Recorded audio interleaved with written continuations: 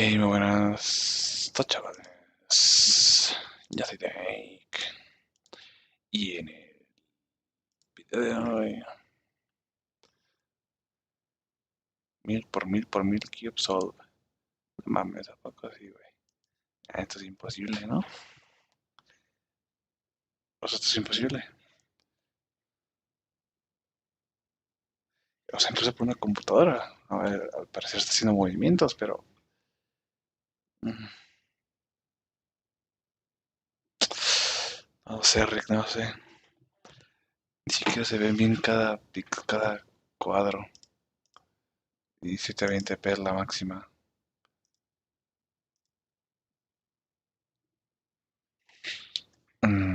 Además no se mueve tan rápido, no es como que... 65.000 aires, no mames, qué pedo.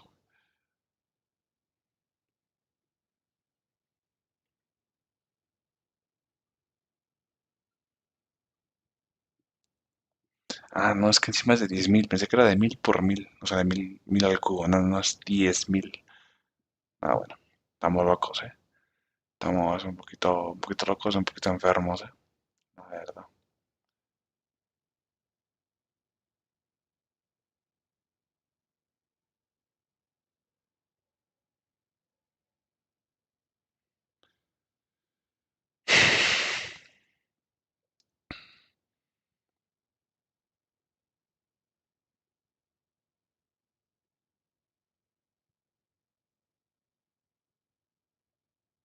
Nah, no tiene sentido eso, gente, no tiene nada de sentido.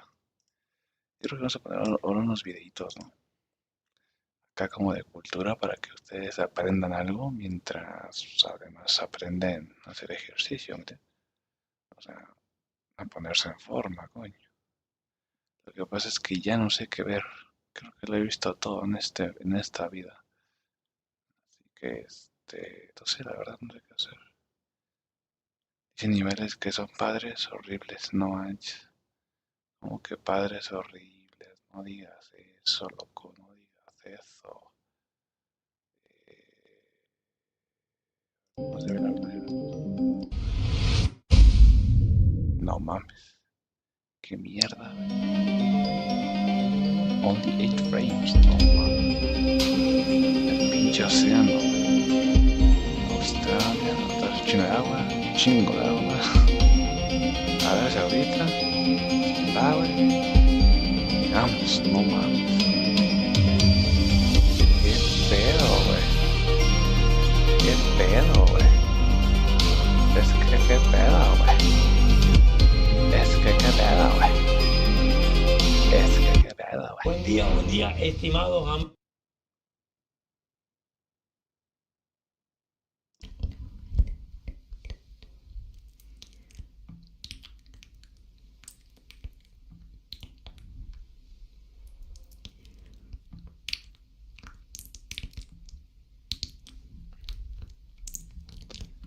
Megalofobia, image we considering. Ah,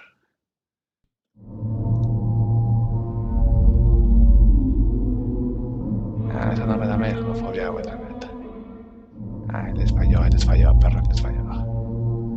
Ah, ese como que tampoco. La pinche foto vertical, no mames. Ah, esta puede ser. Y creo que esta es una foto real. Por de todo, gente. O no. Bueno, igual no creo que sea real porque tan grande es la. Bueno, no sé, puede ser, puede ser.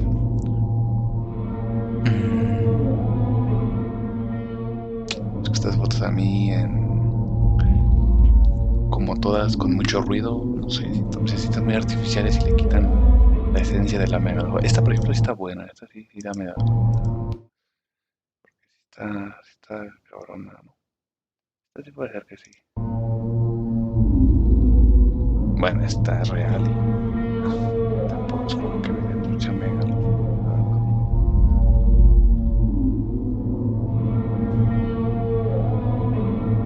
Ah, gente, ya no sé qué ver, güey. No sé qué coño ver, güey. Neta, perro, ya no sé.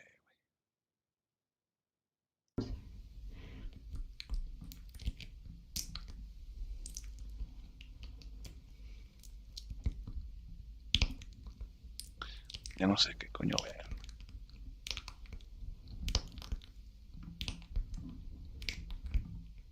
Patreon.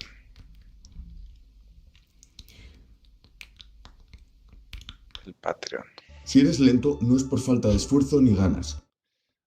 No, yo creo que sí es por falta de ganas. Yo creo que It's es por May falta 3rd. de ganas. Sí. Ah, sí, el hardest game. The world's hardest game.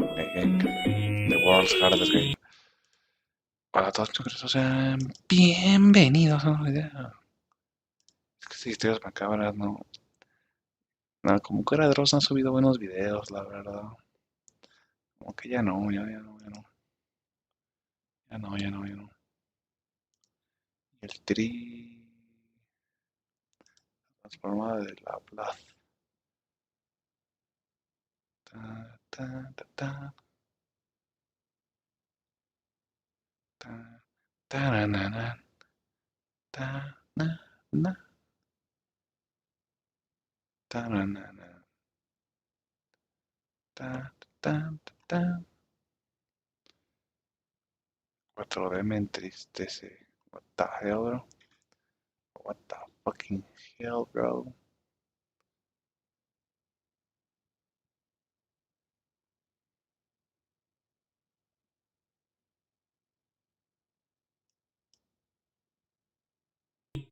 To couple image and text information. Other approaches simply add or append the embedded text vector to our diffusion model's input. Over the last few years, AI systems have become astonishingly good at turning text prompts into videos. At the core of how these models operate is a deep connection to physics. This generation of image and video models works using a process known as diffusion, which is remarkably equivalent to the Brownian motion we see as particles diffuse, but with time run backwards, and in high-dimensional space. As we'll see, this connection to physics is much more than a curiosity. We get real algorithms out of the physics that we can use to generate images and videos. And this perspective will also give us some really nice intuitions for how these models work in practice. But before we dive into this connection, let's get hands-on with a real diffusion model. While the best models are closed source, there are some compelling open source models. This video of an astronaut was generated by an open source model called WAN 2.1. We can add to our prompt and have our astronaut hold a flag, hold a laptop, or hold a meeting. If we cut down our prompt to just an astronaut, we get this. And if we cut down our prompt to nothing, we interestingly still get this video of a woman. If we dig into our WAN model's source code, we'll find that the video generation process begins with this call to a random number generator, creating a video where the pixel intensity values are chosen randomly. Here's what it looks like. From here, this pure noise video is passed into a transformer. This is the same type of AI model used by large language models like ChatGPT. But instead of outputting text, this transformer outputs another video that now looks like this. Still mostly noise, but with some hints of structure. This new video is added to our pure noise video, and then passed back into the model again, producing a third video that looks like this. This process is repeated again and again. Here's what the video looks like after 5 iterations, 10, 20, 30, 40, and finally 50. Step by step, our transformer shapes pure noise into an incredibly realistic video. But what exactly is the connection to Brownian motion here? And how is our model able to use text inputs so expressively to shape noise into what our prompt describes? In this video, we'll unpack diffusion models in 3 parts. First, we'll look at a 2021 OpenAI paper and model called CLIP. As we'll see, CLIP is really 2 models, a language model and a vision model, that are trained using a clever learning objective that allows them to learn this really powerful shared space between words and pictures. Experimenting with this space will help us get a feel for the high-dimensional spaces that diffusion models operate in. But learning a shared representation is not enough to generate images. From here, we'll look at the diffusion process itself. At a high level, diffusion models are trained to remove noise from images or videos. However, if you dig into the landmark papers in the field, you'll find that this naive understanding of diffusion really doesn't hold up in practice. In this section, we'll dig into the connection between diffusion models and diffusion processes in physics. This connection will help us understand how these models really work in practice, and give us some powerful theory for dramatically speeding up image and video generation. Finally, we'll bring these worlds together and see how approaches like CLIP are combined with diffusion models to condition and guide the generation process towards the videos we ask for in our prompts. 2020 was a landmark year for language modeling. New results in neural scaling laws and OpenAI's GPT-3 showed that bigger really was better. Massive models trained on massive datasets had capabilities that simply didn't exist in smaller models. It didn't take long for researchers to apply similar ideas to images. In February 2021, a team at OpenAI released a new model architecture called CLIP, trained on a dataset of 400 million image and caption pairs scraped from the internet. CLIP is composed of two models, one that processes text and one that processes images.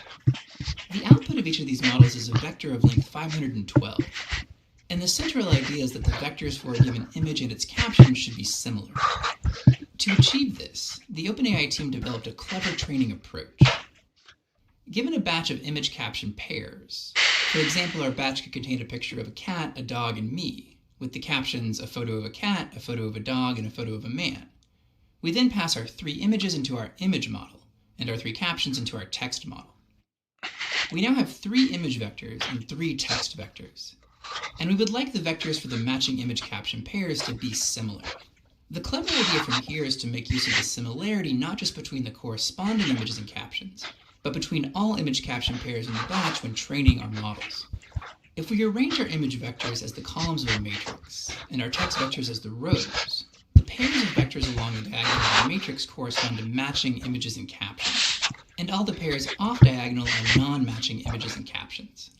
The CLIP training objective seeks to maximize the similarity between corresponding image caption pairs, while simultaneously minimizing the similarity between non-corresponding image caption pairs. The C in CLIP stands for contrastive, because the model learns to contrast matching and non-matching image caption pairs. The CLIP algorithm measures similarity between vectors using a metric called cosine similarity. Geometrically, we can think of each of these vectors as pointing in the same direction in high-dimensional space. Cosine similarity measures the cosine of the angle between our vectors in this space. So if our text and image vector point in the same direction, the angle between our vectors will be 0, resulting in a maximum value for our cosine similarity score of 1. So the image and text models that make up CLIP are trained to maximize the alignment of related images and captions in this shared high-dimensional space, while minimizing the alignment between unrelated images and captions. The learned geometry of this shared vector space, known as a latent or embedding space, has some really interesting properties. If I take 2 pictures of myself, one not wearing a hat and one wearing a hat, and pass both of these into our CLIP image model, we get 2 vectors in our embedding space. Now if I take the vector corresponding to me wearing a hat, and subtract the vector of me not wearing a hat, we get a new vector in our embedding space. Now, what text might this new vector correspond to? Mathematically, we took the difference of me wearing a hat and me not wearing a hat. We can search for corresponding text by passing a bunch of different words into our text encoder, and for each computing the cosine similarity between our newly computed difference vector and the text vector. Testing a set of a few hundred common words, the top ranked match with a similarity of 0.165 is the word hat, followed by cap and helmet. This is a remarkable result. The learned geometry of CLIP's embedding space allows us to operate mathematically on the pure ideas or concepts in our images and text, translating the differences in the content of our images, like if there's a hat or not, into a literal distance between vectors in our embedding space. The OpenAI team showed that CLIP could produce very impressive image classification results by simply passing an image into our image encoder, and then comparing the resulting vector to a set of possible captions, one for each label that could be assigned to the image, and classifying the image with whatever label resulted in the highest cosine similarity. So techniques like CLIP give us a powerful shared representation of image and text, a kind of vector space of pure ideas. However, our CLIP models only go one direction. We can only map image and text to our shared embedding space. we have no way of generating images and text from our embedded vectors. 2020 turned out not only to be a transformative year for language modeling. A few weeks after the GPT-3 paper came out, a team at Berkeley published a paper called Denoising Diffusion Probabilistic Models, now known as DDPM. The paper showed for the first time that it was possible to generate very high-quality images using a diffusion process, where pure noise is transformed step by step into realistic images. The core idea behind diffusion models is pretty straightforward. We take a set of training images and add noise to each image step by step until the image is completely destroyed. From here, we train a neural network to reverse this process. When I first learned about diffusion models, I assumed that the models would be trained to remove noise a single step at a time. Our model would be trained to predict the image in step 1 given the noisier image in step 2, trained to predict the image in step 2 given the noisier image in step 3, and so on. When it came time to generate an image, we would pass pure noise into our model, take its output and pass it back into its input again and again, and after enough steps we would have a nice image. Now, it turns out that this naive approach to building a diffusion model really does not work well. Virtually no modern models work like this. These are the training and image generation algorithms from the Berkeley team's paper. The notation is a bit dense, but there's some key details we can pull out that will help us understand what it takes to make these models really work. The first thing that surprised me is that the team added random noise to images not just during training, but also during image generation. Algorithm 2 tells us that when generating new images, at each step, after our neural network predicts a less noisy image, we need to add random noise to this image before passing it back into our model. This added noise turns out to matter a lot in practice. If we take a popular diffusion model like Stable Diffusion 2 and use the Berkeley team's image generation approach, known as DDPM sampling, we can get some really nice images. Here's the image we get when prompting the model with this prompt, asking for a tree in the desert. Now, if we remove the line of code that adds noise at each step of the generation process, we end up with a tiny, sad, blurry tree. How is it that adding random noise while generating images leads to better quality, sharper images? The second thing that surprised me when I encountered the Berkeley team's approach was that the team wasn't training models to reverse a single step in the noise addition process. Instead, the team takes an initial clean image, which they call x0, and adds scaled random noise to the image, which they call epsilon. And from here, they train the model to predict the total noise that was added to the original image. So the team is effectively asking the model to skip all the intermediate steps and make a prediction about the original image. Intuitively, this learning task seems much more difficult to me than just learning to make a noisy image slightly less noisy.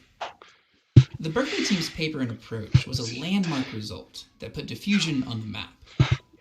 Why does adding random noise while generating images and training the model like this work so well? The DDPM paper draws on some fairly complex theory to arrive at these algorithms. I'll include a link to a great tutorial in the description if you want to dig deeper into the theory. Happily, it turns out that there's a different but mathematically equivalent way of understanding what diffusion models are really learning, that we can use to get a visual and intuitive sense for why the DDPM algorithms work so well. The key will be thinking of diffusion models as learning a time-varying vector field. This perspective also leads to a more general approach called flow-based models, which have become very popular recently.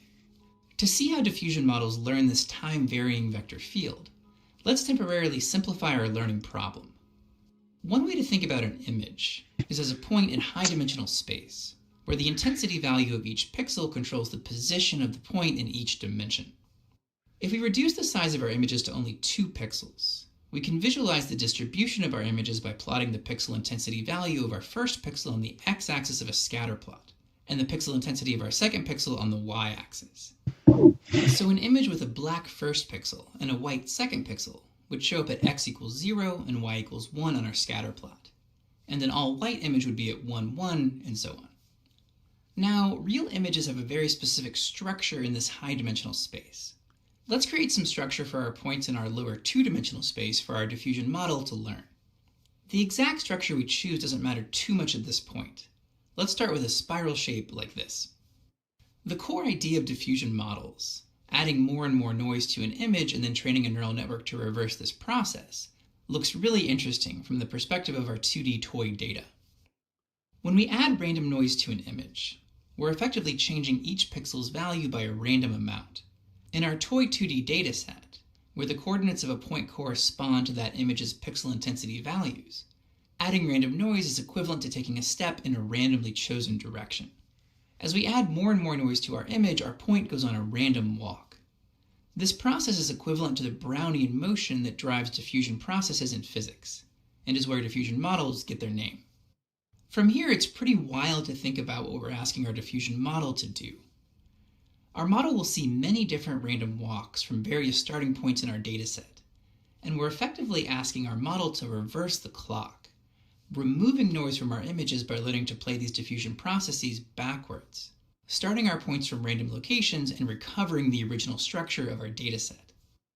How can our model learn to reverse these random walks?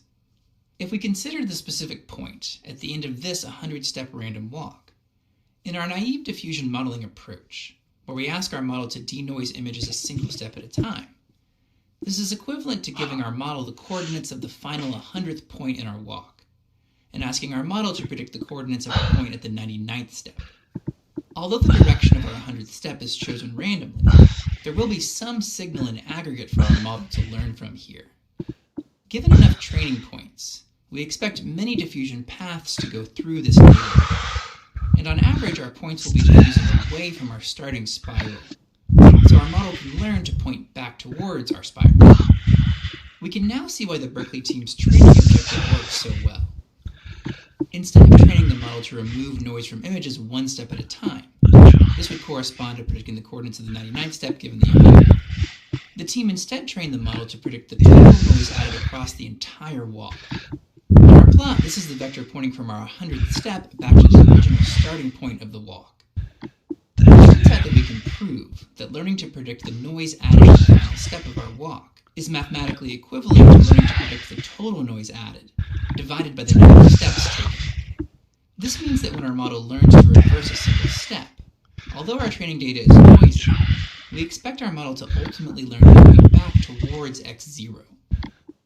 By instead training our model to directly predict the vector pointing back towards x0, we're significantly reducing the variance of our training examples, allowing our model to learn much more efficiently, without actually changing our underlying learning objective. So for each point in our space, our model learns the direction pointing back towards the original data distribution. This is also known as a score function, and the intuition here is that the score function points us towards more likely, less noisy data. Now, in practice, these learned directions depend heavily on how much noise we add to our original data. After 100 steps, most of our points are far from their starting points, so our model learns to move these points back in the general direction of our spiral. However, if we train our model on examples after only one diffusion step, we end up with a much more nuanced vector field, pointing to the fine structure of our spiral. There turns out to be a clever solution to this problem.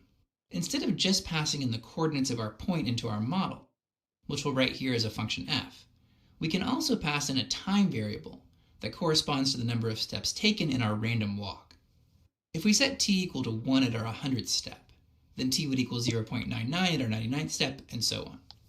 Conditioning our models on time like this turns out to be essential in practice, allowing our model to learn coarse vector fields for large values of t, and very refined structures as t approaches 0.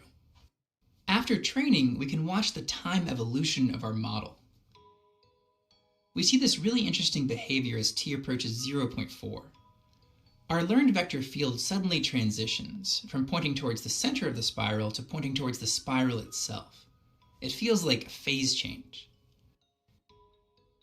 We're now in a great position to resolve the final mystery of the DDPM paper. How is it that adding random noise at each step while generating images leads to better quality, sharper images? Let's follow the path of a single point guided by the DDPM image generation algorithm.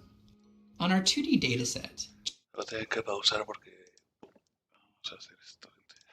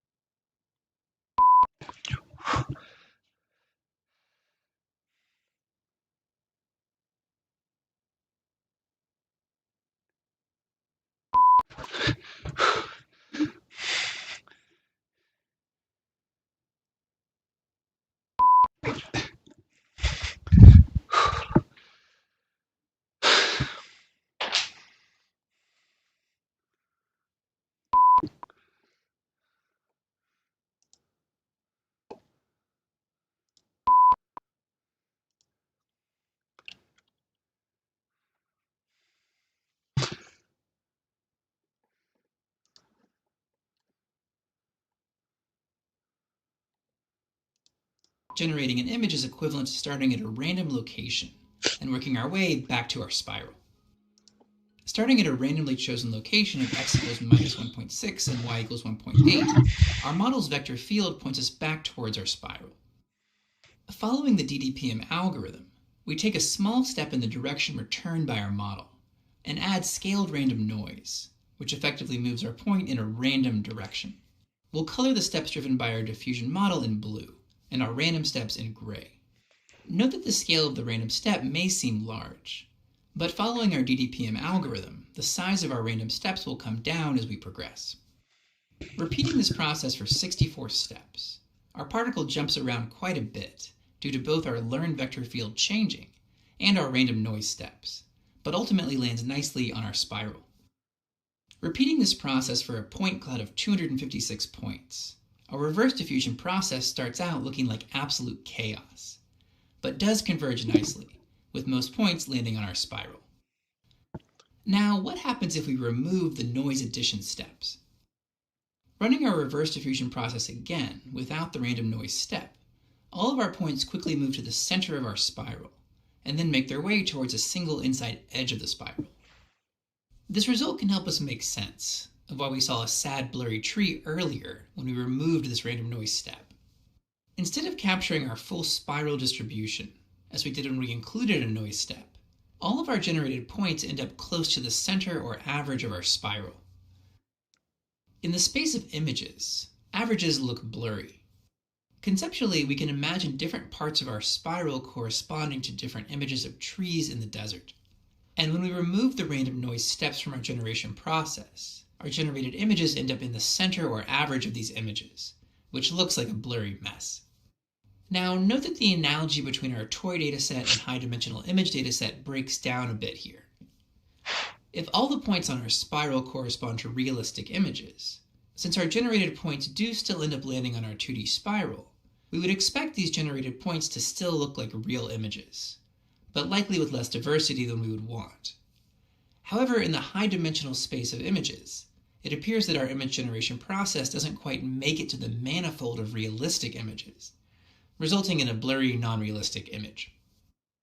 This prediction of the average is not a coincidence. It turns out that we can show mathematically that our model learns to point to the mean or average of our dataset, conditioned on our input point and the time in our diffusion process. One way to arrive at this result is to show that given the noise we add in our forward process is Gaussian, for sufficiently small step sizes, our reverse process will also follow a Gaussian distribution, where our model actually learns the mean of this distribution. Since our model just predicts the mean of our normal distribution, to actually sample from this distribution, we need to add zero mean Gaussian noise to our model's predicted value, which is precisely what the DDPM image generation process does when we add random noise after each step. We can see this mean learning behavior most clearly early in our reverse diffusion process, when t is close to 1 and our training points are far from our spiral. Our model's learned vector field points towards the center or average of our dataset. So adding random noise during image generation falls nicely out of theory, and in practice prevents all our points from landing near the center or average of our dataset. The DDPM paper put diffusion models on the map as a viable method of generating images, but the diffusion approach did not immediately see widespread adoption. A key issue with the DDPM approach at the time was the high compute demands of the large number of steps required to generate high-quality images, since each step required a complete pass through a potentially very large neural network. A few months later, a pair of papers from teams at Stanford and Google show that it's remarkably possible to generate high-quality images without actually adding random noise during the generation process, significantly reducing the number of steps required. The DDPM image generation process we've been looking at can be expressed using a special type of differential equation known as a stochastic differential equation. This first term represents the motion of our point driven by our model's vector field, and the second term represents the random motions of our point. Adding these terms together, we get the overall motion of our point at each step, dx. From here, we can consider that the distribution of all of our points evolves over time, where the motion of each point is governed by this stochastic differential equation. This problem has been well studied in physics, Using a key result from statistical mechanics known as the Fokker-Planck equation, the Google Brain team showed that there's another differential equation, this time an ordinary differential equation with no random component, that results in the same exact final distribution of points as our stochastic differential equation. This result gives us a new algorithm for generating images using our model's learned vector fields that does not require taking random steps along the way. Exactly how our ordinary differential equation maps to an image generation algorithm is a bit technical. I'll leave a link to a tutorial in the description. The key result here, though, is that we end up with something that looks very similar to our DDPM image generation process, but without the random noise addition at each step, and with a new scaling for the sizes of steps that we take.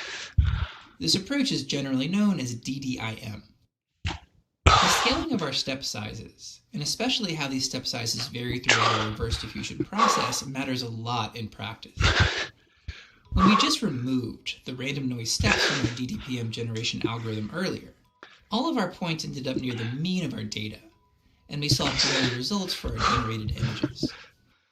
Switching to our DDIM approach, we now have smaller scaling for our step sizes that allow our trajectories to better follow the contour lines of the vector field and land nicely on the correct spiral distribution. And applying our DDIM algorithm to our tree in the desert example, we're now able to generate nice results. Comparing to our original DDPM algorithm that required random steps, DDIM remarkably does not require any changes to model training, but is able to generate high-quality images in significantly fewer steps, completely deterministically. Note that the theory does not tell us that our individual images or points on our spiral will be the same, but instead that our final distribution of points or images will be the same, regardless of whether we use our stochastic DDPM algorithm or our deterministic DDIM algorithm. The WAN model we saw earlier uses a generalization of DDIM called flow matching.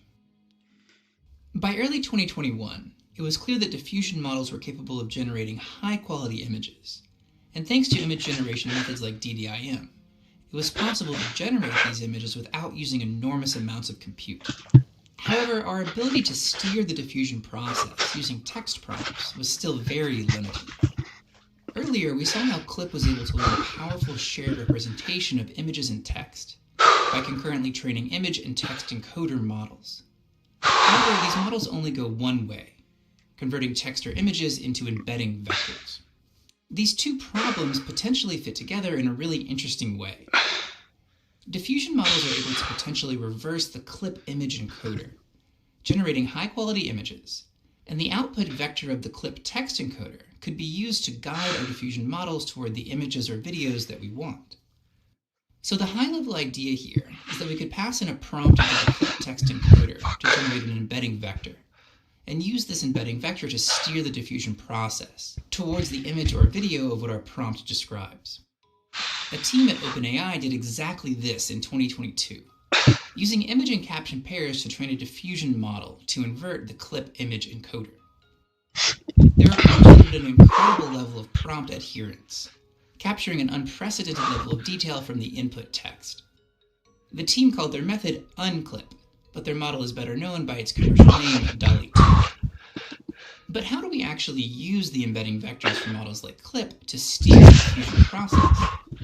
One option is to simply pass our text vector as another input into our diffusion model, and train as we normally would to remove noise. If we train our diffusion model using image and caption pairs, as the OpenAI team did, the idea here is that the model will learn to use the text information to more accurately remove noise from images, since it now has more context about the image that it's learning to denoise. This technique is called conditioning. We used a similar approach earlier when we conditioned our toy diffusion model on the number of time steps elapsed in the diffusion process, allowing the model to learn coarse structure for large values of t, and finer structures as our training samples get closer to our original spiral. Interestingly, there turns out to be a variety of ways we can pass in the text vector into our diffusion model.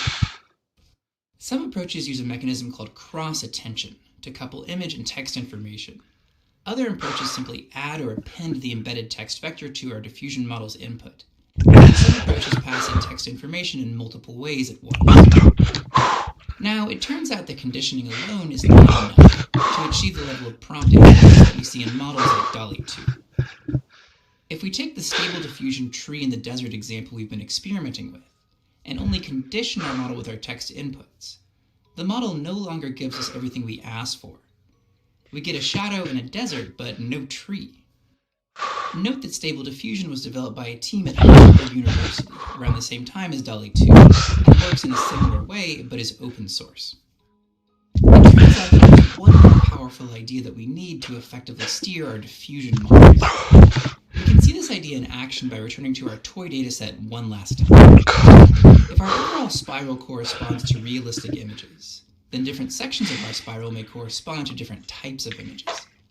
Let's say this inner part is images of people, this middle part is images of dogs, and this outer part is different images of cats. Now, let's train the same diffusion model we trained earlier.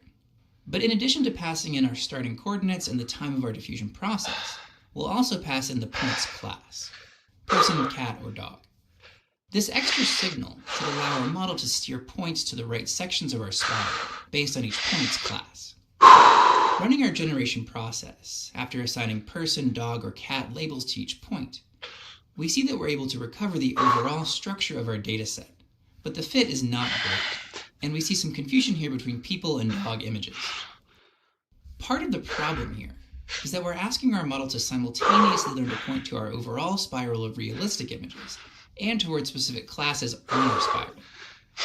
If we consider this cat point, for example, it starts off heading towards the center of our spiral, and as our class conditioned vector field shifts to point towards the cat region of our spiral, our point moves towards this part of the spiral, but it doesn't quite make it.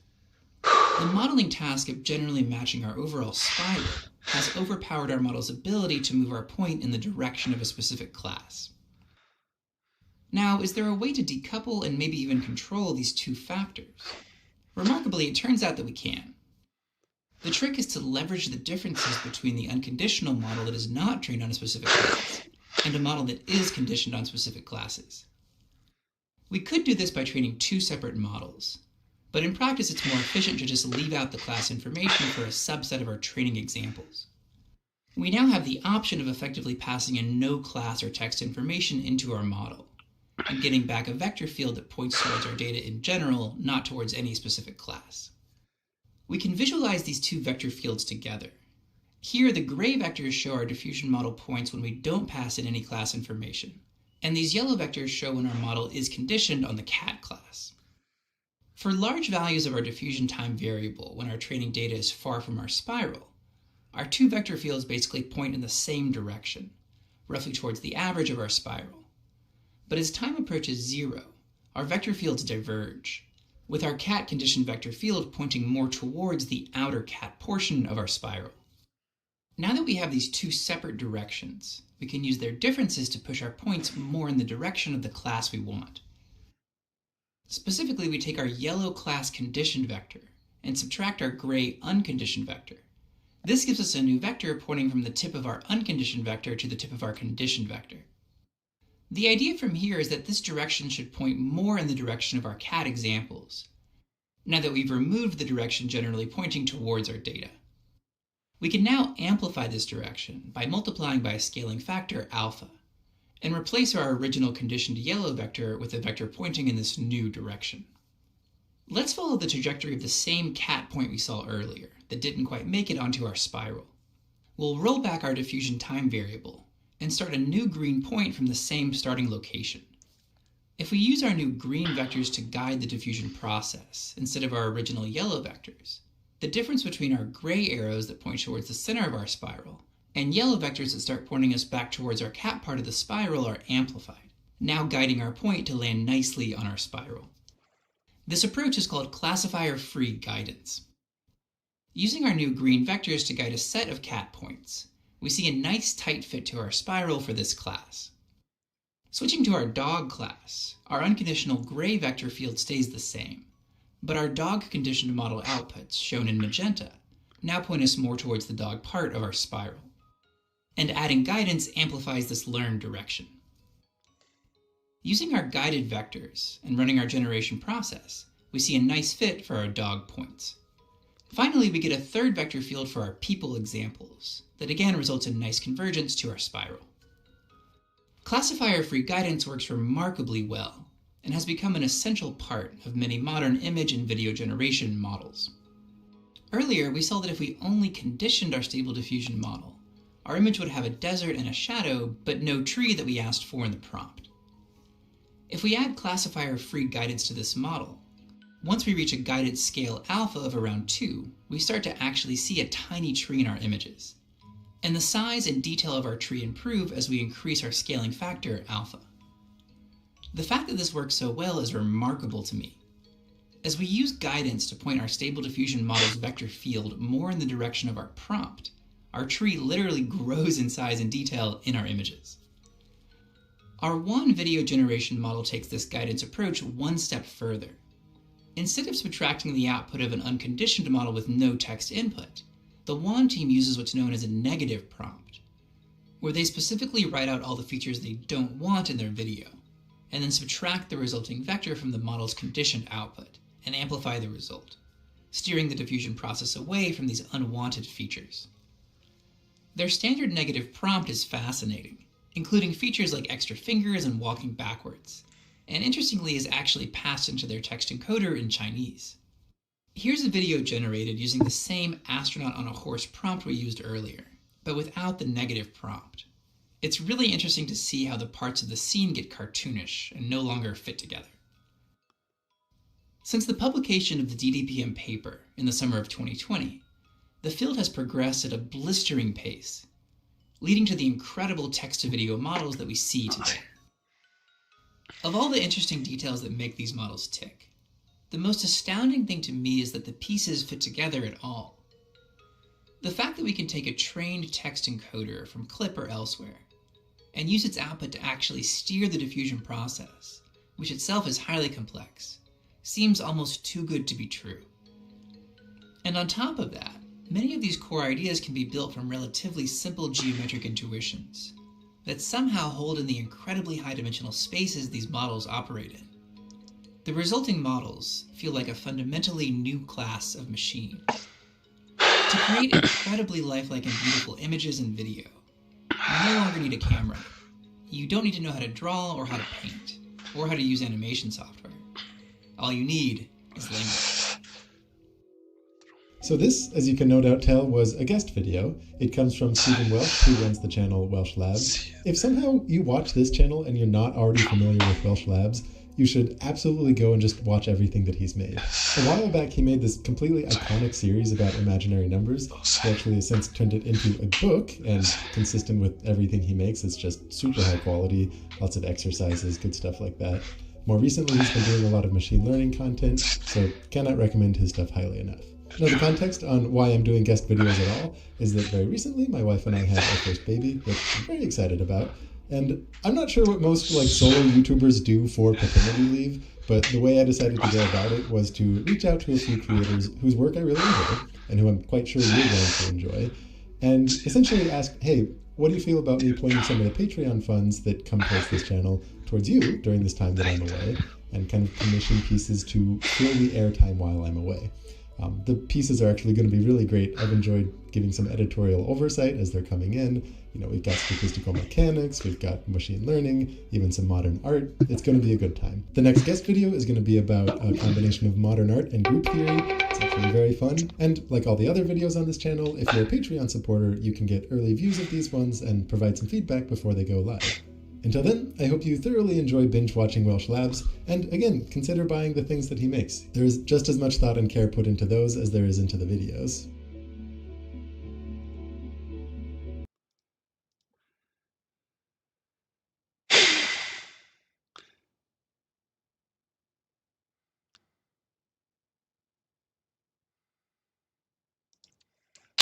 Hola amigos, sean todos bienvenidos a un nuevo video.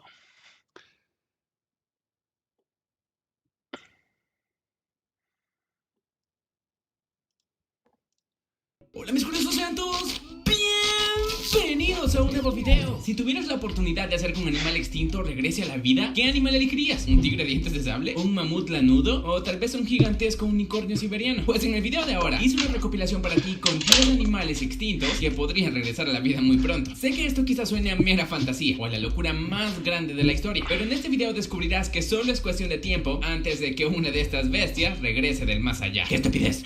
No vas a comprar ningún tigre de dientes de sable cuando resuciten, bebé. Ni siquiera tienes dinero para comprarlo. Sea como sea, estoy seguro que este video te encantará. Solo que antes de comenzar con el tema, tengo una pequeña pregunta para ti. ¿Podrías decirme cuál de estos animales no está extinto? Escribe la opción que tú creas correcta en los comentarios en este momento. Al final del video, yo voy a decirte cuál de ellos sigue con vida. ¿Te parece? Ahora sí, ponte cómodo y que lo disfrutes, compañero.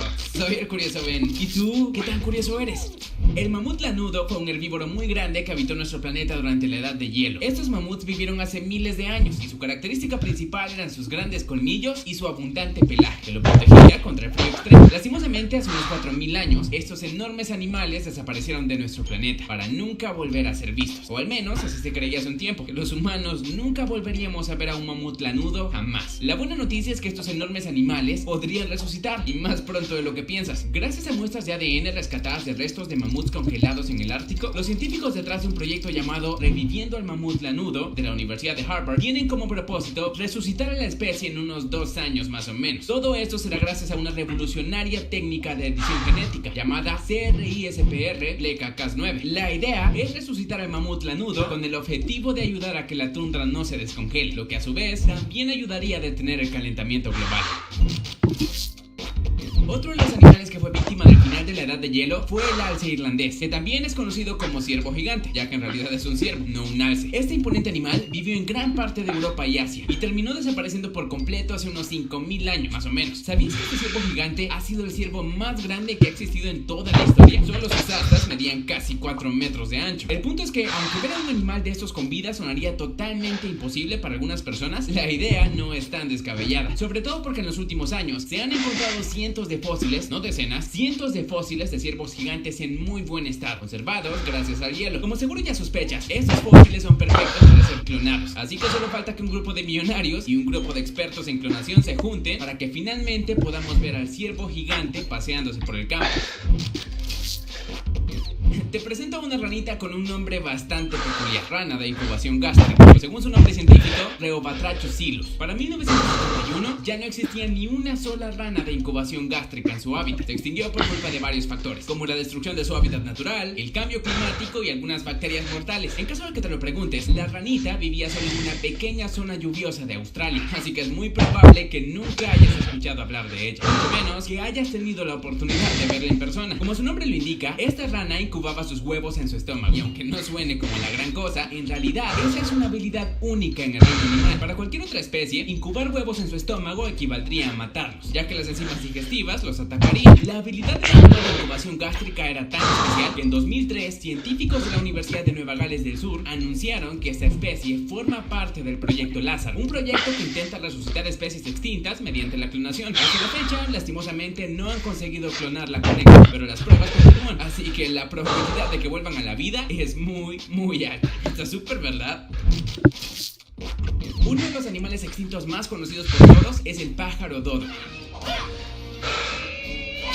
una ave endémica de la isla de Mauricio que se extinguió por culpa de los humanos. Cuando los primeros exploradores holandeses llegaron a la isla en el año 1598, comenzaron a cazarlos por miles y sin control. Por varias décadas, el pájaro dodo se convirtió en la fuente principal de alimentos para las personas que vivían en la isla. Gracias a esto, 64 años después de la llegada de los exploradores a la isla Mauricio, ya no quedaba ni un bendito ejemplar. ¡Maldita basura! ¿En dónde crees que voy a comprar una hamburguesa de dodo con hongos y sin cebolla, Benny? Aunque es posible ver esculturas de pájaros dodo en varios museos alrededor del mundo, sería súper poder ver uno de verdad, ¿no crees? Pues resulta que en el año 2002, genetistas de la Universidad de Oxford obtuvieron permisos para examinar el espécimen de dodo mejor conservado que se conoce hasta la fecha. Este espécimen, por cierto, es tan importante que se conserva bajo llave en el Museo de Historia Natural de la Universidad de Oxford. La idea de los genetistas en el año 2002 era extraer la mayor cantidad de muestras de ADN mitocondrial de este pájaro. Y lo consiguieron. Aunque estos pequeños fragmentos de ADN no son suficientes para clonar un dodo, los genetistas saben que solo es cuestión de tiempo para encontrar más ejemplares que permitan extraer más muestras de ADN. La mejor parte de todo esto es que en los últimos años se han encontrado más pájaros dodo en excelentes condiciones para ser examinados. Este imponente animal es un esmilodón, pero comúnmente es conocido como tigre dientes de sable, o Diego para los amigos. ¿Sabías que este enorme animal vivió en casi todo el continente americano? Así que es muy probable que se paseara cerca de donde vives, solo que hace unos 10.000 años más o menos. La mejor parte es que el tigre dientes de sable podría volver a la vida, ¿sabes? Se han encontrado algunos ejemplares bien conservados en los pozos de alquitrán de la brea, en Los Ángeles, Estados Unidos. Aunque es muy complicado extraer muestras de ADN por culpa de la brea, el punto es que esos ejemplares están ahí, y quizá en el futuro exista algún método para extraer ADN, aunque tenga brea encima. Además, no te olvides de los otros ejemplares que se encuentran conservados en permafrost. Así que los ejemplares ahí están. Solo hace falta un poco de tiempo, voluntad y dinero para resucitar a esta bestia. Aunque, siendo honestos, quizá no sea la mejor idea resucitarlo. Los grandes urosalvajes eran unos mega herbívoros que habitaron nuestro planeta hace mucho tiempo. Estas bestias eran muy temidas en el pasado, no solo por sus enormes cuernos y su potencia, ya que los adultos pesaban hasta 2.000 libras, sino también por su altura, de hasta 2 metros. Estas características le permitían defenderse con agilidad y recorrer grandes distancias, pero como siempre, los humanos buscamos la manera de cazarlos hasta su extinción. En el año 1627 murió el último urosalvaje en Polonia. Lo que muy pocas personas conocen es que los urosalvajes están a punto de regresar a la vida. Los encargados de esta proeza son las personas del proyecto Taurus, un proyecto ideado por la Fundación de Ganado Taurino holandesa. ¿Sabes cómo están logrando esto? Como los genes del uro siguen presentes en varias razas de ganado alrededor de Europa, el equipo de expertos fue reuniendo tantos como pudo para cruzarlos entre ellos hasta producir un animal lo más parecido al uro salvaje del pasado. Cada generación nueva se va pareciendo más y más a este animal antiguo. Este método, llamado backbreeding, está devolviendo la vida a un animal que estaba extinto desde hace 500 años. Aunque suene muy difícil de creer, la realidad es que en el pasado los unicornios existieron de verdad. Eso sí, eran un poco diferentes a los que todos hemos visto en caricaturas o dibujos animados. Este unicornio, conocido como unicornio siberiano o Elasmotherium sibiricum, según su nombre científico, fue una bestial criatura que habitó nuestro planeta, más que nada en el continente asiático y las estepas de Rusia, y por fortuna, la nuestra, desaparecieron para siempre hace unos 10.000 años más o menos. Como ya te habrás dado una idea, era enorme. Un adulto medía casi 5 metros de largo y pesaba cerca de 4 toneladas. La mejor parte es que hace solo 2 años, en el 2016, un grupo de paleontólogos de Kazajistán encontró un cráneo de unicornio siberiano de hace 29.000 años, en perfecto estado, por lo que ya se está analizando con la esperanza de conocer mucho más de esta especie. Aunque el interés por resucitarle no es tan grande como con otras especies de esta lista, y creo que por razones obvias, eso no quiere decir que sea imposible. Así que no descartes la posibilidad de que en un futuro cercano, estos animales regresen a la vida. Otro enorme animal que es un buen candidato para regresar de la extinción es el perezoso gigante. Jódete, Benito, en el pasado no existían penes gigantes. Deja de inventar. Antes que nada, no te dejes engañar por su nombre, perezoso. Esta bestia era tan grande como un elefante. Medía 6 metros de alto, pesaba hasta 4 toneladas y era una máquina de matar como ninguna otra. El perezoso gigante es un buen candidato, ya que su extinción es relativamente reciente. Eso ha permitido encontrar especímenes con pelo, que como ya te imaginas, es una fuente excelente de ADN. Según Hendrik Pienaar, un experto en el tema de la Universidad de McMaster en Canadá, obtener el genoma del perezoso gigante no presenta ningún problema. La dificultad con devolverlo a la vida es la falta de una madre de alquiler, ya que su pariente vivo más cercano es el perezoso arborícola, y es demasiado pequeño en comparación de esta bestia infernal. Pero tampoco se descarta que en unos años sea posible desarrollar un feto de perezoso gigante en un útero artificial. Estaría cool, ¿verdad? ¿Sabías que hace muchos años también existían rinocerontes lanudos o peludos en nuestro planeta? Así como con el mamut lanudo, el rinoceronte lanudo estaba adaptado para sobrevivir al frío extremo, ya que vivió en gran parte de la edad de hielo. Esta especie fue bastante abundante en la zona de Eurasia, pero hace 10.000 años ya nunca volvieron a ser vistos. Resucitar al rinoceronte lanudo parece que no sería nada complicado, ¿sabes? Desde que en 1929 se encontró un ejemplar de rinoceronte lanudo en perfecto estado en Polonia, conservaba el pelo, su cuerno y la carne, los hallazgos no han hecho más que aumentar. Muchos de esos ejemplares nuevos están conservados en permafrost, por lo que extraer su ADN no sería nada del otro mundo. Y si a eso le sumas que este rinoceronte tiene parientes cercanos vivos que podrían ser buenas madres de alquiler, las posibilidades de verlo con vida de nuevo son bastante grandes. En el año 2009 surgió uno de los temas más polémicos sobre especies extintas que podrían volver a la vida. ¿Sabías que en aquel año se reconstruyó el genoma completo del hombre de Neandertal? Esta especie desapareció en nuestro planeta hace unos 30.000 años más o menos, y en la actualidad ya se cuenta con la información y los recursos necesarios para devolverle a la vida. Según Nicholas Wade, uno de los investigadores en genómica más prominentes de la Universidad de Harvard, se podría devolver a la vida al Neandertal gastando aproximadamente $30 millones. El problema o el obstáculo más grande de todo esto es que también haría falta la ayuda de una mujer extremadamente valiente que serviría para dar a luz al primer bebé neandertal desde hace 30.000 años. Como ya te imaginarás, este es un tema muy polémico. Algunas personas lo consideran peligroso y moralmente incorrecto. Sin embargo, es muy probable que en el futuro ese experimento sí se lleve a cabo y que los neandertales vuelvan a convivir con los homo sapiens después de tanto tiempo. Qué interesante, ¿verdad? Y eso es todo por hoy. Por cierto, la respuesta correcta es la opción A, el lince ibérico. Aunque es la especie de felinos más amenazada del mundo, con solo 600 ejemplares viviendo en libertad, es el único animal de la lista que aún sigue con vida. Acertaste.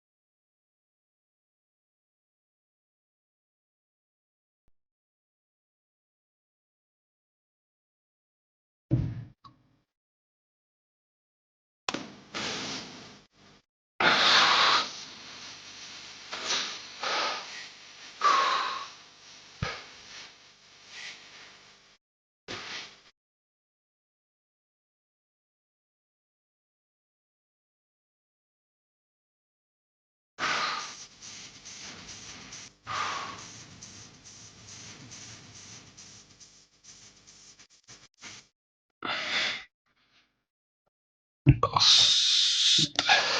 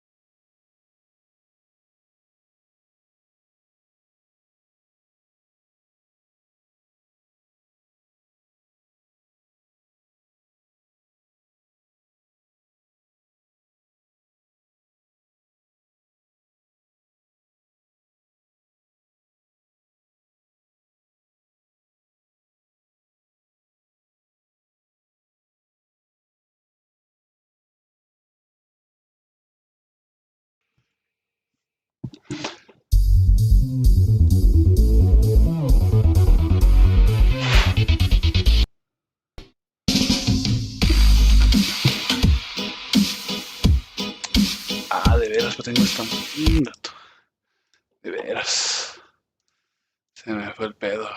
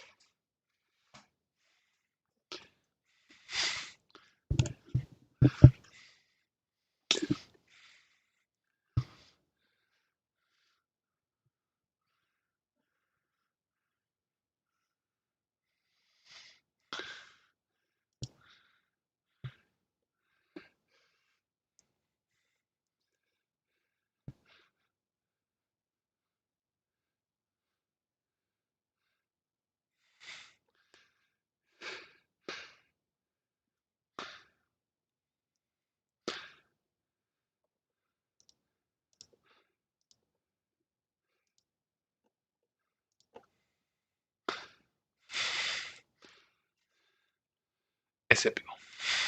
Vamos.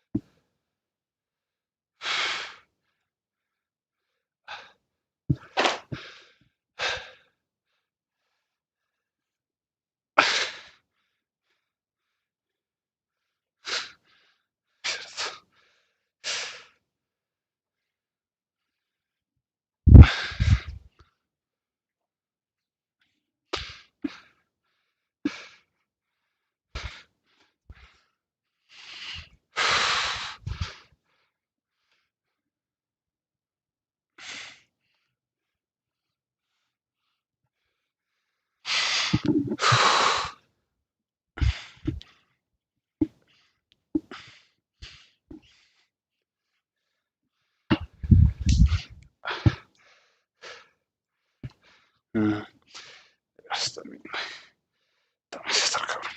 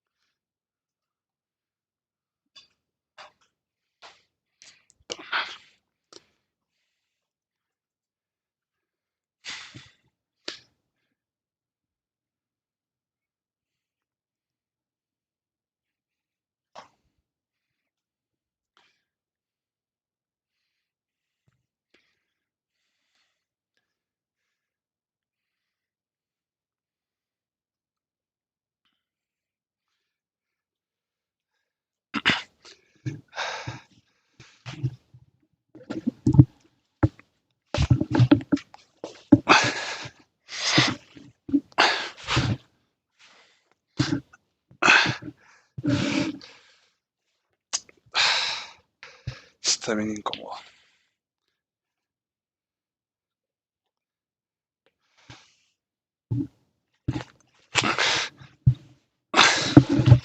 No, mejor no se vaya a caer. Y valió madre.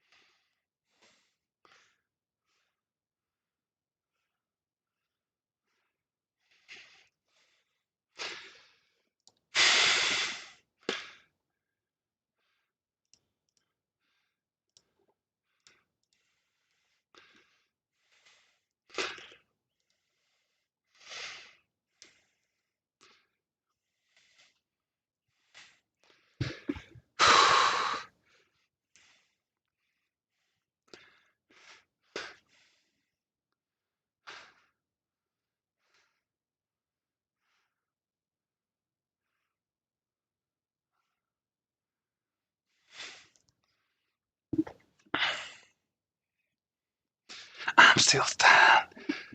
Yeah.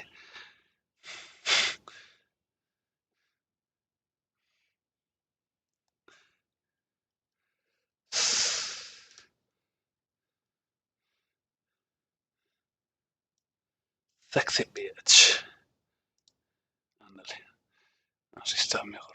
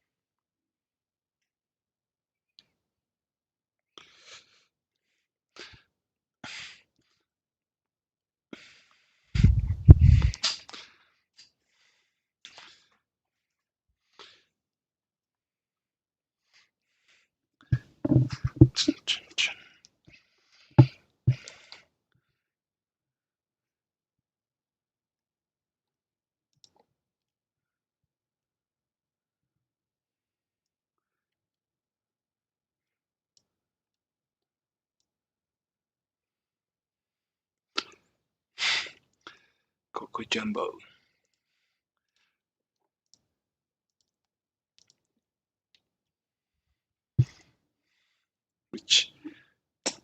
Michoacán. No. Pensaba que eran de acá. Solo para mí.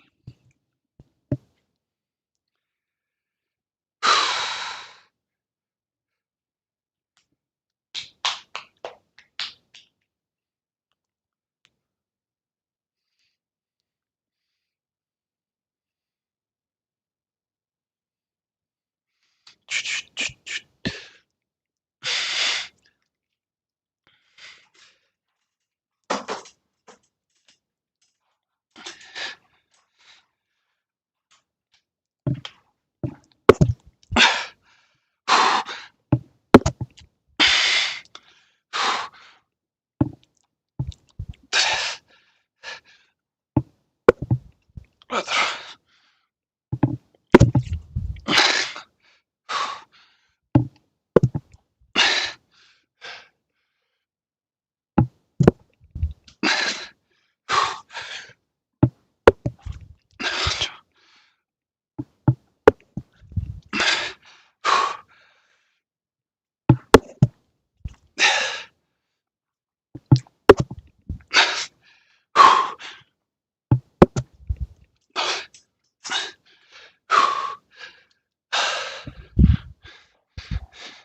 Danzar.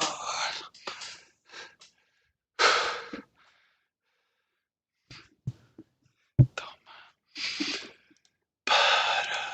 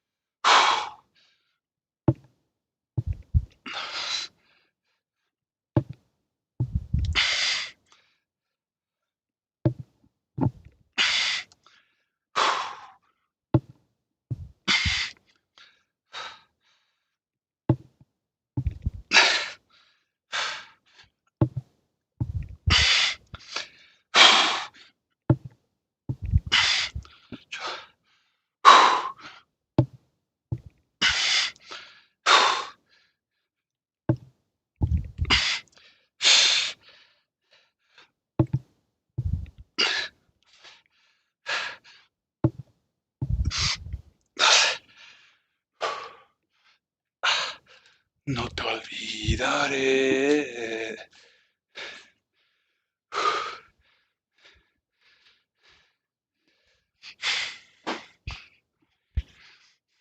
Haré.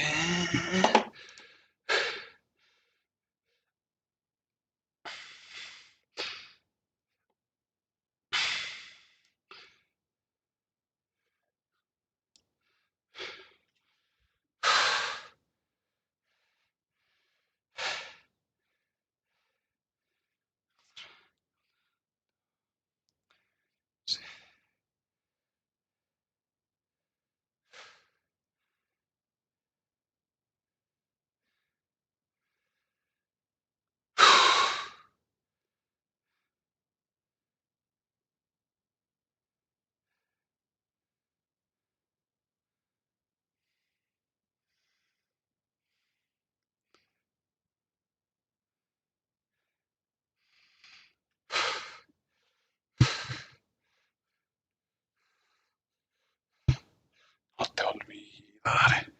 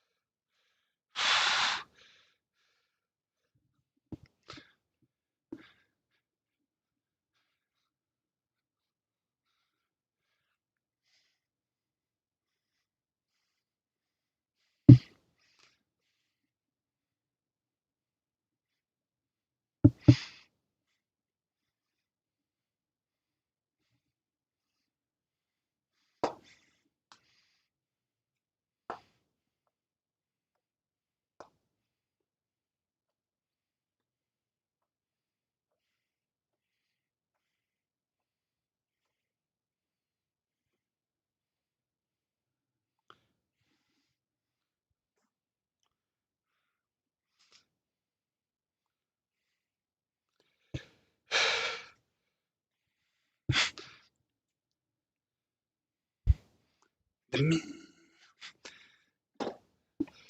Cuenta con una pasión, con un dolor que de veras, tío. De verdad, tío. Brebaje. Perro negro. Candy, candy, candy. Children. Tan, tan, tan, tan. Tan, tan, tan. Tan, tan, tan, tan.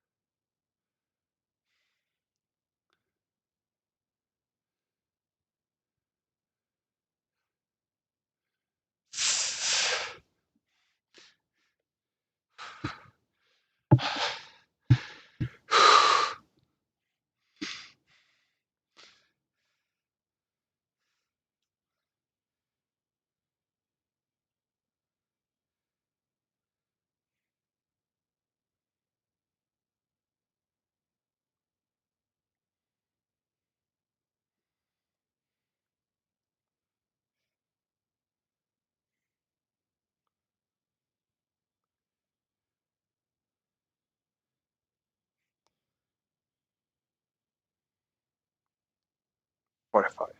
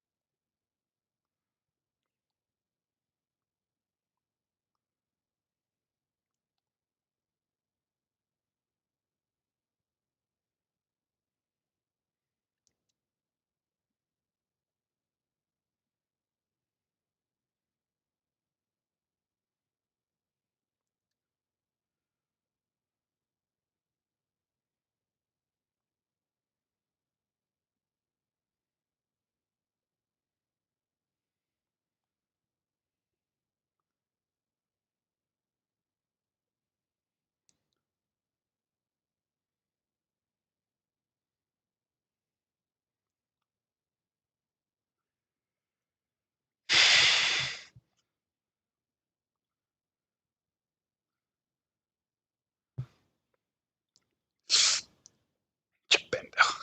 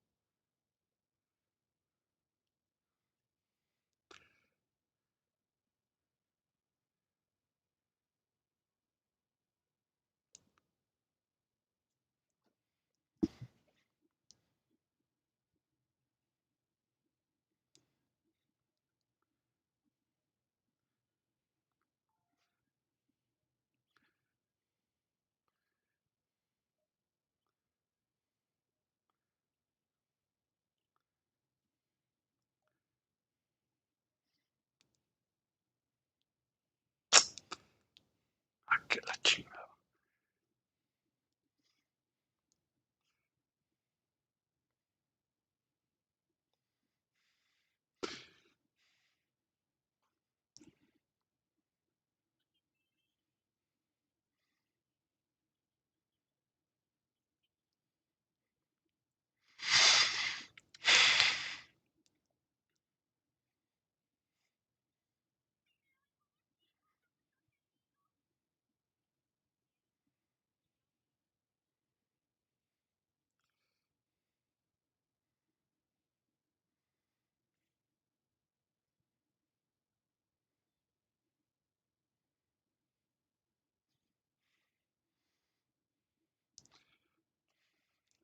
It's gonna messing with my future.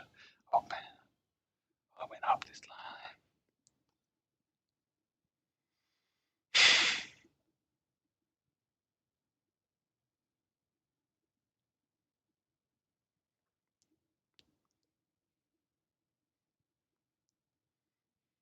Hold on. Up until the angel children of the sky.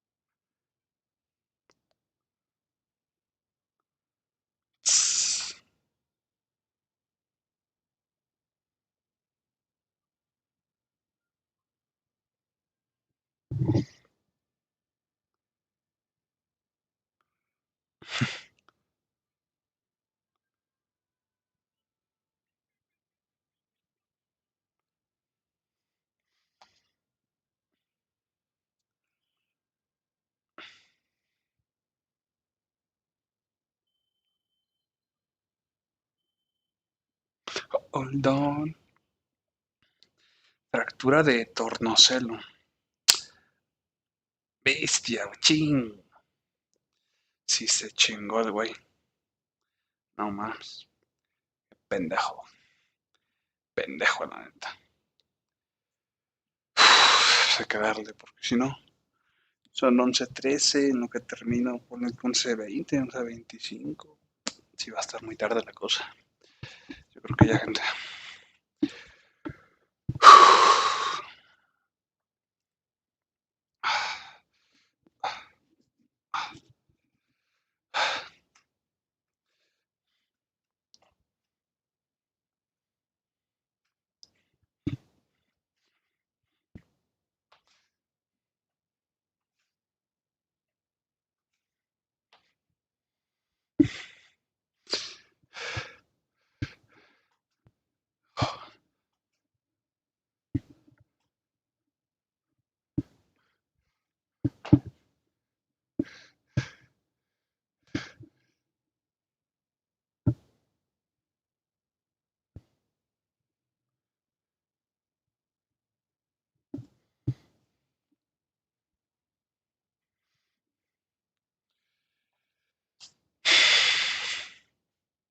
Not today. Más para acá. Es como por aquí. Está bien, yo creo.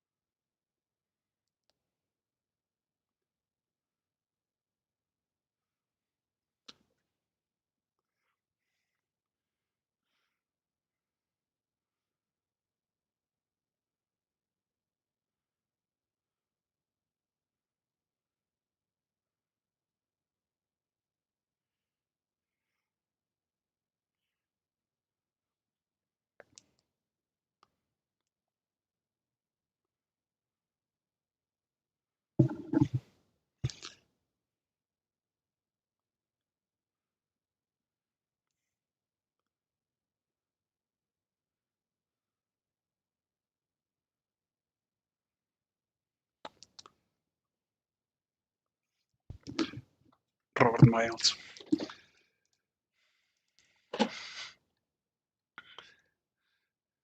Dreamscape. No, está bien.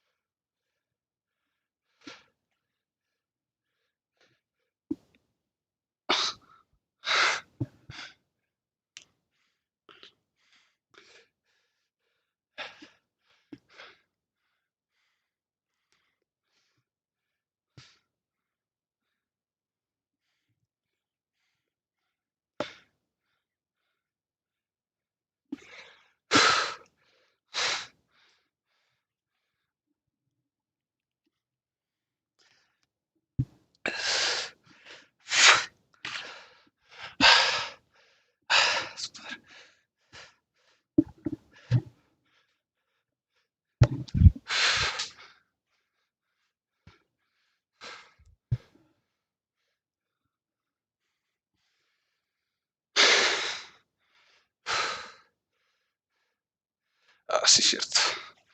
No me hace falta esta mamada, güey.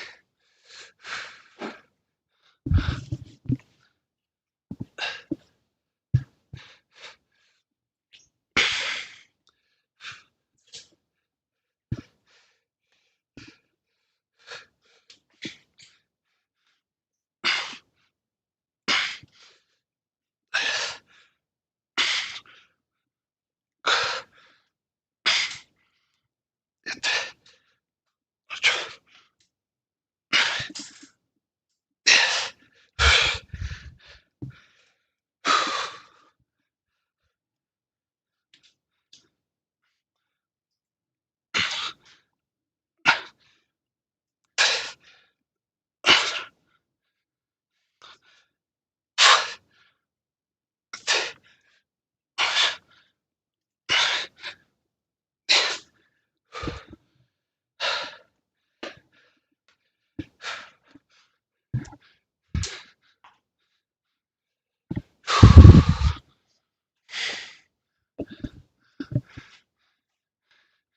Shit, con.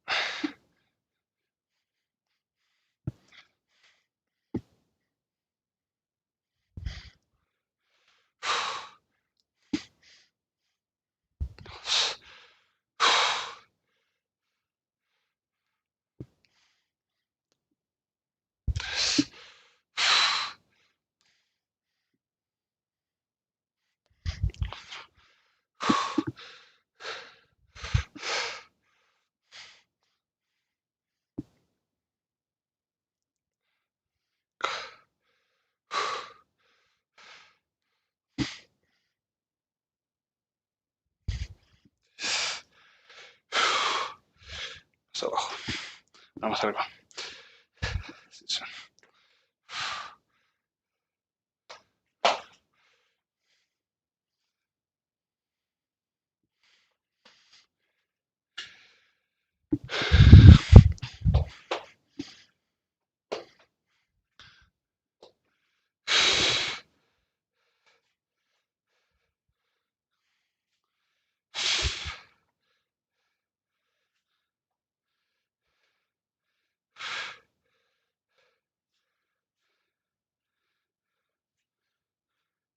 Mierda, dice.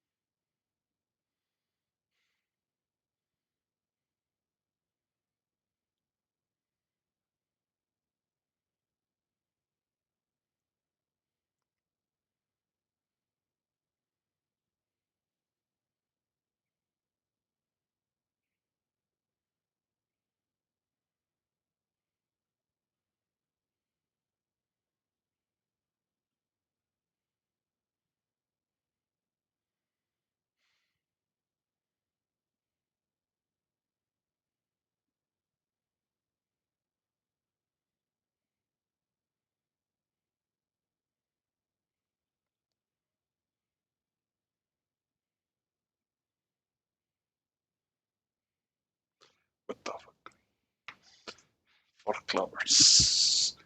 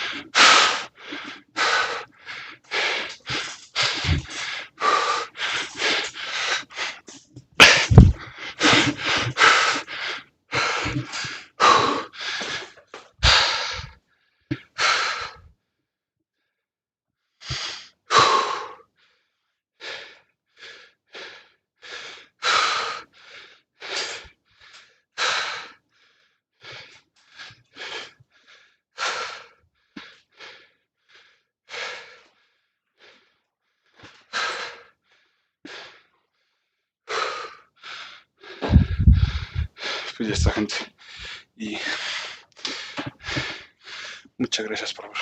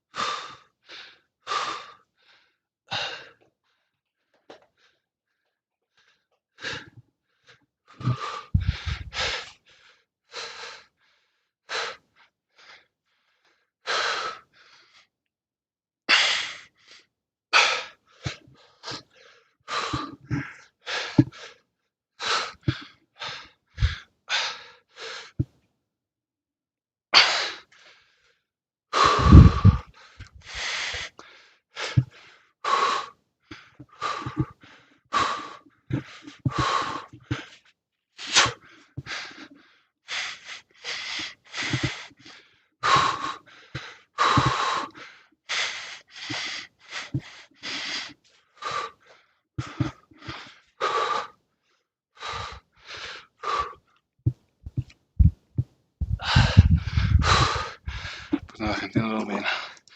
Chao, chao. Chao, perros.